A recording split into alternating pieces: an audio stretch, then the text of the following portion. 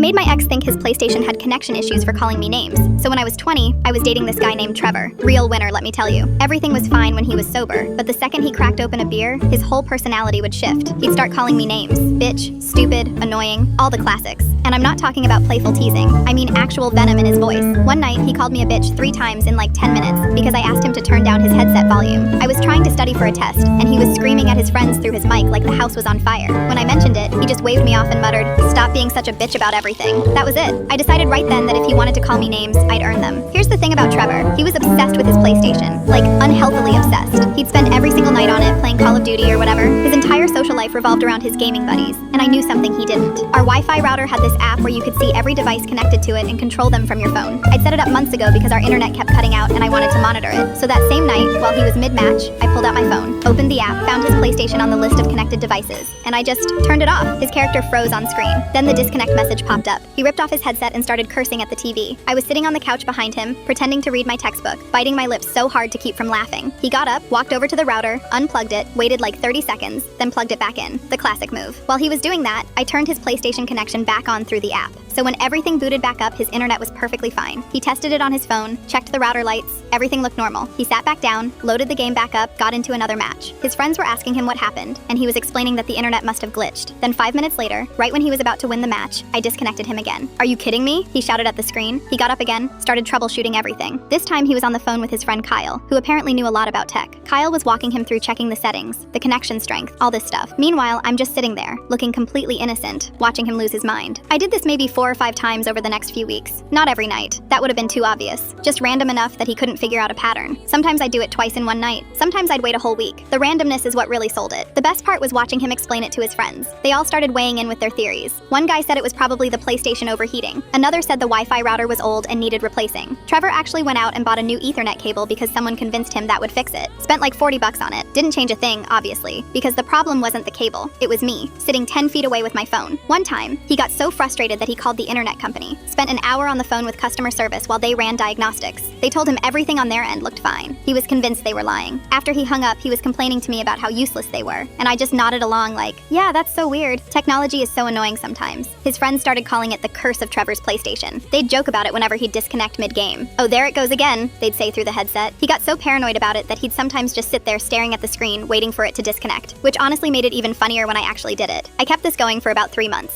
Eventually, we broke up because, shocker, the name calling didn't stop and I finally got tired of it. After I moved out, I never told him what I'd done. I heard from a mutual friend later that the disconnects mysteriously stopped happening after I left. Trevor apparently told people that the internet company must have finally fixed whatever was wrong on their end. To this day, he has no idea it was me the whole